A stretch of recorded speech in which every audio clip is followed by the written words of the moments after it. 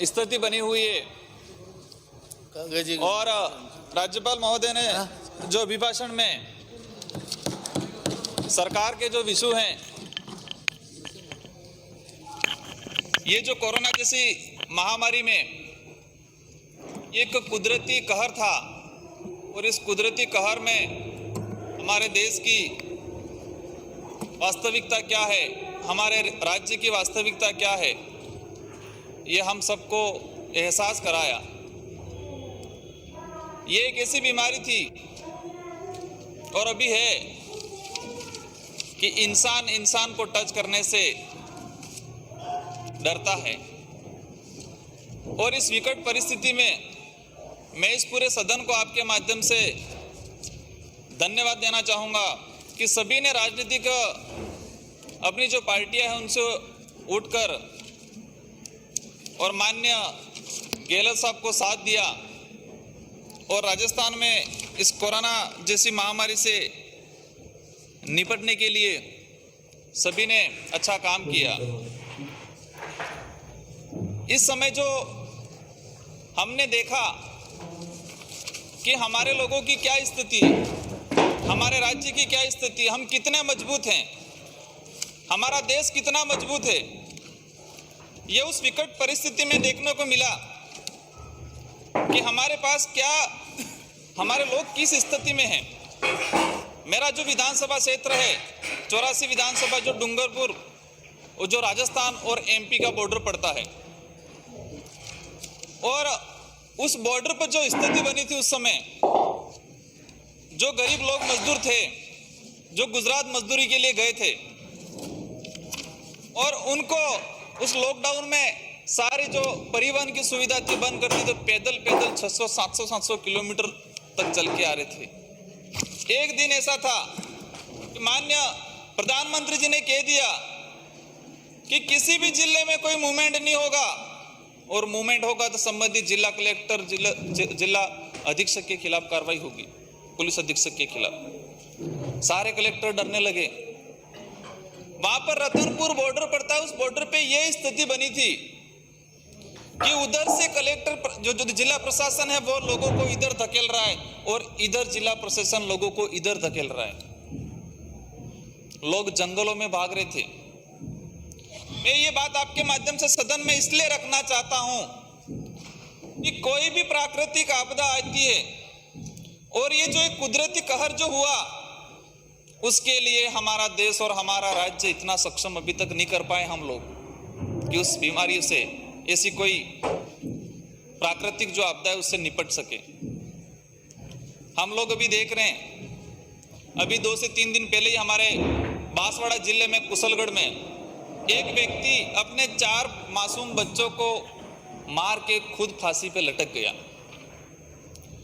उसी विधानसभा का आज से 1 महीने पहले गुजरात में 15 लोग रोड के साइड में सोए थे और डंपर चढ़ गया और मर गए। क्या रीजन है ये? हम ये सोच रहे हैं कि वो डंपर चढ़ गया, हम ये सोच रहे हैं कि वो आदमी दारू पिया था और 4 बच्चों को मार दिया, लेकिन इसके पीछे वजह क्या रही? क्या वजह थी कि उन लोगों को वहां सड़क के किनारे सोना पड़ा? पूरे इलाके में ये स्थिति बनती है कि 30 से 40% जो लोग होते हैं जो पूरे परिवार को, अपने बीवी बच्चों को लेके गुजरात जाते काम पे और वहां काम करते, मजदूरी करते हैं, और वो 15 लोगों का जो हादसा हुआ उसमें उनके परिवार का पूरा परिवार खत्म हो गया। इससे ये साबित होता है कि आज तक हमने गरीबों के लिए, बेरोजगारों के लिए और आदिवासियों के लिए क्या काम किया है। उस इलाके में 2 बड़े डैम बने हुए, एक माही डैम बना हुआ है और एक कडेना जो गुजरात में बना हुआ है। आज किसानों की बात हो रही है, उस 2 डैम मतलब विकास हुआ है, लेकिन क्या हुआ? माही का सारा पानी गुजरात उपयोग कर रहा है और उस एरिया में जो लोग थे जो विस्थापित हुए, और वही लोग आज बंजर जमीन पे जाके रह रहे हैं, और वही लोग आज गुजरात जाने के लिए मजबूर हैं। वो कडाणा विस्थापित हुआ हमारे डूंगरपुर जिला, मेरी विधानसभा की एक पूरी पंचायत समिति, इसमें से 20-25 गांव तो विस्थापित हुए, आज तक भटक रहे हैं, उनको मुआवजा नहीं मिला। कई लोगों को आज विस्थापित गवर्नमेंट ने आंकड़ों में कर दिया उस जमीन पे, वहां पर पहले से कोई और रह रहा है। और वही ऐसे लोग जो गुजरात जाके मजदूरी करने के लिए मजबूर हैं, और इसीलिए आज ऐसी घटनाएं हो रही है, क्योंकि गुजरात कडाणा का पानी, सारे लोग विस्थापित हुए इस क्षेत्र के आदिवासी, और पानी पूरा उपयोग कर रहा है गुजरात। माही का भी वही स्थिति है, एक हमारे भिखाबाई नहर बन रही है, 1996 से काम चल रहा है, अभी तक पूरी नहीं हुई है, आगे काम चल रहा है और पीछे टूट रही है, और गवर्नमेंट हर बजट सत्र में उसकी मरम्मत का पैसा सैंक्शन कर रही है। ये कौन सा विकास है? किस दिशा में जा रहे हैं? मैं इस सदन के माध्यम से मैं किसी पे आरोप लगाना नहीं चाहता हूं, न पक्ष पे लगाना चाहता हूं, न विपक्ष पे लगाना चाहता हूं, लेकिन जो स्थिति बनी हुई है, जिस तरीके से हम लोग काम कर रहे हैं, उस पे प्रश्न का सवाल है, उस पे सवाल खड़ा हो रहा है, हमारी जो व्यवस्था उस पे, क्योंकि हम लोगों ने सही तरीके से काम नहीं किया है। हम ये चाहते हैं कि गुजरात जो कडाणा वाला अमेंडमेंट हुआ था गुजरात और राजस्थान सरकार का, गवर्नमेंट पहल करे, उस कमिटमेंट के अनुरूप जो पैसा था गुजरात गवर्नमेंट को दे दे, और वो जो पानी है माही और कडाणा का, जो डूंगरपुर बांसवाड़ा के जो लोग हैं उनको सिंचाई के लिए उपलब्ध कराएं, ताकि ये घटनाएं नहीं हो। हम मर जाएंगे उस समय तो 2 लाख 5 लाख रुपए दे देंगे, इससे पहले हम ऐसी व्यवस्था करें कि ये लोग गुजरात ही नहीं जाए, अपनी जमीनें पड़ी है, अपनी उपजाऊ जो जमीन थी उससे विस्थापित होकर बंजर में रह रहे हैं, तो वहां पर हम पानी की सुविधा उपलब्ध कराएं, ताकि ऐसी घटनाएं नहीं दोहराए। आज इस अभिभाषण में और 2 साल में अभी जो सदन में चर्चा भी हो रही थी पक्ष विपक्ष सबकी तरफ से, कि भर्तियों को लेकर हमारे साथी यादव जी बता रहे थे कि राज्य में बेरोजगारी, राज्य में नहीं पूरे देश में बेरोजगारी बनी हुई है, और युवा परेशान हो रहा है, दर भटक रहा है। हमारे उधर की एक व्यवस्था बताऊं, अभी जो घटना हुई, एक कागरी डुंगरी कांड हुआ, और वो पूरे राजस्थान में फेमस, मतलब यो चर्चा का विषय रहा, और वो एक हम मानते दुर्भाग्यपूर्ण ऐसी घटना हुई, वो सही नहीं हुआ। प्रशासनिक अधिकारियों ने कार्रवाई कर दी, सरकार ने, विपक्ष ने भी दाव खेल दिए, लेकिन क्या कारण रहा वो घटना हुई? ये भर्ती से जुड़ा हुआ मामला था। पिछली सरकार की भर्ती थी, शिक्षक भर्ती, और उस भर्ती में शेड्यूल एरिया में जो आरक्षण व्यवस्था लागू हुई है 2016 की अधिसूचना है, उसमें ये स्पष्ट है कि 45% एसटी, 5% एससी और 50% जो सीटें हैं उसमें सभी वर्ग के पात्र अभ्यर्थी जा सकते हैं। अब वो उस 50% में से 1167 जो सीटें खाली रह गई थी, और उस खाली सीटों को लेके लड़के कोर्ट में गए, कोर्ट ने डिसीजन दे दिया कि एसटी के पात्र अभ्यर्थी सीटों पे जा सकते हैं। पता नहीं क्या हुआ, फिर डीबी में दूसरा पक्ष गया और वहां से उनको हार मिली। अब यही लड़के सुप्रीम कोर्ट गए, लेकिन हमारी जो गंदी राजनीति चलती है, मैं इस सदन में किसी का नाम नहीं लूंगा, किसी पे आरोप नहीं लगाऊंगा।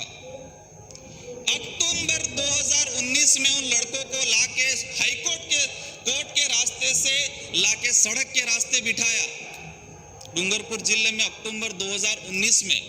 इस घटना की मैं इसलिए बता रहा हूं कि यह घटना हुई नवंबर 2020 में, और उन लड़कों को अक्टूबर 2019 में सड़क पे बिठाया, 22 दिन तक कलेक्ट्री के बाहर बैठे रहे। वही लड़के वापस दिसंबर में इसी कागरी डुंगरी पे चढ़ाए हमारे नेताओं ने मिलके। वो इसलिए चढ़ाए कि जनवरी में, फरवरी में पंचायती राज चुनाव होने वाला था, ताकि युवा हमारी तरफ आए, हमारा वोट बैंक बढ़े। लेकिन किस्मत इतनी फूटी कि उस समय पंचायती राज चुनाव हुआ नहीं। 12 दिन तक उसी कागरी डुंगरी पे दिसंबर 2019 में वो लड़के बैठे। गवर्नमेंट ने कमेटी बनाई, 4 प्रशासनिक अधिकारियों की कमेटी बनी दिसंबर 2019 में, और उसमें यह हुआ कि 3 महीनों में इसका निस्तारण किया जाएगा। लड़के इंतजार करते रहे। फिर सितंबर 2020 में 1 साल बाद वापस चढ़े उस कागरी डुंगरी पे। 18 दिन तक बैठे रहे वहां। उसी दिन बैठे, उसी दिन मुकदमा हुआ। पुलिस द्वारा उनको उतारने की जबरदस्ती कोशिश हुई। सर मैं ऐसी घटना बताऊंगा। एक भयंकर बारिश हो रही थी उस समय, और 2 महिलाओं जो अभ्यर्थी थी, जो प्रेग्नेंट थी, और उनका मिसकैरेज हो गया। कई लड़कों को वहां मारपीट हुई थी। जब 18 दिन में ही 18 दिन बाद यहां पर 24 तारीख को मीटिंग होने वाली थी। इससे पहले 14 को मीटिंग होने वाली थी। 14 सितंबर 2019 को 20 को नहीं हुई, 17 को होने वाली नहीं हुई, 24 तारीख को मीटिंग होने वाली थी। और पूरे उदयपुर संभाग इस मीटिंग का इंतजार कर रहा था कि कुछ न कुछ निस्तारण होगा। लेकिन हम संवेदनशील नहीं बने, हम लोगों ने ध्यान नहीं दिया और वो मीटिंग कैंसिल कर दी। और कुछ लड़के उतर गए रोड पे। वो गलत किया उन लड़कों ने। क्या इस देश में, इस राज्य में पहले कभी कोई आंदोलन नहीं हुए? क्या पहले कभी सड़कें जाम नहीं हुई? तो सड़कें, चलो उन लड़कों ने गलत किया, जाम होते तुरंत जाके लाठीचार्ज कर दिया, आधे घंटे में फायरिंग कर दी, धूमधाम कर दिया। और क्या स्थिति बनी हुई? 1 साल तक लड़कों को मजबूर किया, 22 दिन तक कलेक्ट्री के आगे बिठाया, 12 दिन तक उसी कागरी डुंगरी में पे बिठाया, और वापस 18 दिन तक उसी कागरी डुंगरी पे बिठाया। हमारे इस सिस्टम ने, ये हुआ किस वजह से? ये जो 50% जो सीटें हैं, 2016 की जो अधिसूचना के अनुरूप जो 50% जो सीटें हैं, इसमें सभी वर्ग के पात्र अभ्यर्थी जा सकते हैं। लेकिन एक ऐसा लीकेज छोड़ दिया इस लाइन में। यह स्पष्ट नहीं किया कि ये 50% जो सीटें हैं वो सभी वर्ग के लड़के जा सकते हैं, लेकिन किस किस वर्ग के लिए क्या पात्रता है यह स्पष्ट अभी तक नहीं हुआ। इसीलिए ये घटना हुई। आज स्थिति बनी हुई है। क्या चल रहा है उस एरिया में? अब 2 लोगों की जान गई, उन लोगों को अब तक कोई मुआवजा नहीं मिला। फायरिंग हुई, जो राजा रजवाड़ों के समय, अंग्रेजों के समय जो चलता था वही उस समय चला। और पूरा उदयपुर संभाग ये सोच रहा था कि विपक्ष ने कमेटी बनाई कि इस घटना की हम जांच कराएं, इसकी रिपोर्ट पेश करें। लेकिन विपक्ष ने भी आके ऐसा दब्बा डाला, कहा कि ये तो नक्सलाइट हैं, आदिवासी सारे। विपक्ष ने अपनी पता नहीं कौन सी खुन्नस निकाली। क्या उस इलाके से कभी बीजेपी को सपोर्ट नहीं मिला है? क्या उस इलाके से कांग्रेस को नहीं जीता? एक बार लोगों ने हमारे जैसे गरीब लोगों को एक मत देके यहाँ बेच दिया तो उसका खामियाजा ये थोड़ी है कि लोगों को मारा जाएगा, जेल में भरा जाएगा। पुलिस की गाड़ियां गांवों में घुमा के कई लोगों के हाथ पैर तोड़ दिए।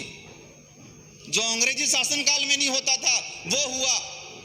चलो ये मान गए आदिवासियों का आंदोलन था, लेकिन आज तक उस एट्रोसिटी मामले में पूरे इलाके में जितने मामले हुए थे, एजिटिस वही जो परिवादी बने थे उन्हीं को इस एफआईआर में जोड़ा गया।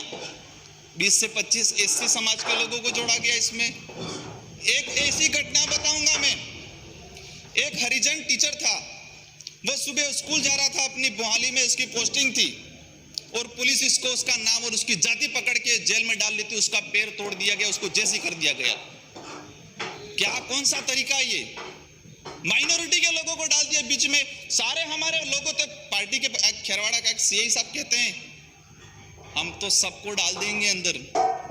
हमारा प्रदेश अध्यक्ष से लगा के सारे के एफआईआर में मुकदमे में डाल रखे हैं। कौन सा गुनाह किया था हमने? कौन सा इनाम मिला है हमको? ये आज भी स्थिति बनी हुई है। आज भी जब मर्जी है तब पुलिस की गाड़ी गांवों में घुमाई जाती है। जो लोग अभ्यर्थी थे, जो अपनी नौकरी के लिए आंदोलन कर रहे थे, क्या वो आगजनी करेंगे? उनको लूट का ये क्यों हुआ? हमें कारण जानना पड़ेगा। एक होटल थी अतिथि पैलेस, उस होटल को जलाया, उस होटल को 3 बार तोड़ा। हमें भी बुरा लगा। हमने पता लगाया कि ये कौन थे जो 3 बार इस होटल को तोड़ने वाले, 3 बार इस होटल को जलाने वाले। क्या गुस्सा था उन लोगों का। वो होटल फेमस है कि उधर डूंगरपुर जिले का कोई भी अधिकारी आता है तो उसकी सेवा साकरी सभी वही होती है, और मर्जी आए वहां पर जा कब्जा करते हैं ये, और आसपास के लोगों को परेशान करके अपनी दुकान माननीय चलाते। सदस्य प्लीज कंक्लूड।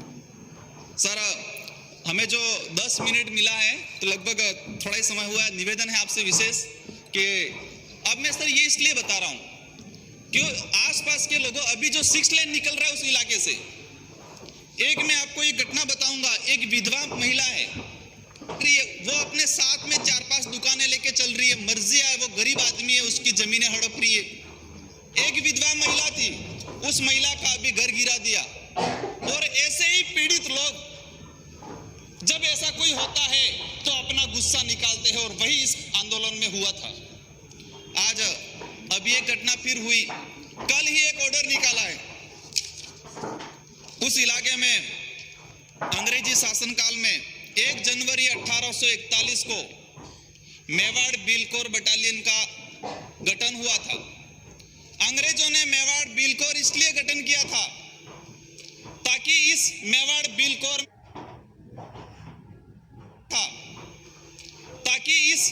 बिलकोर में इसी आदिवासी इलाके के भील जो लड़के हैं उनको भर्ती किया जाएगा।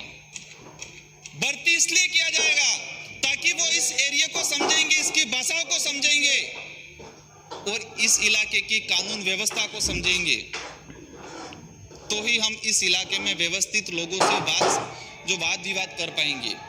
ये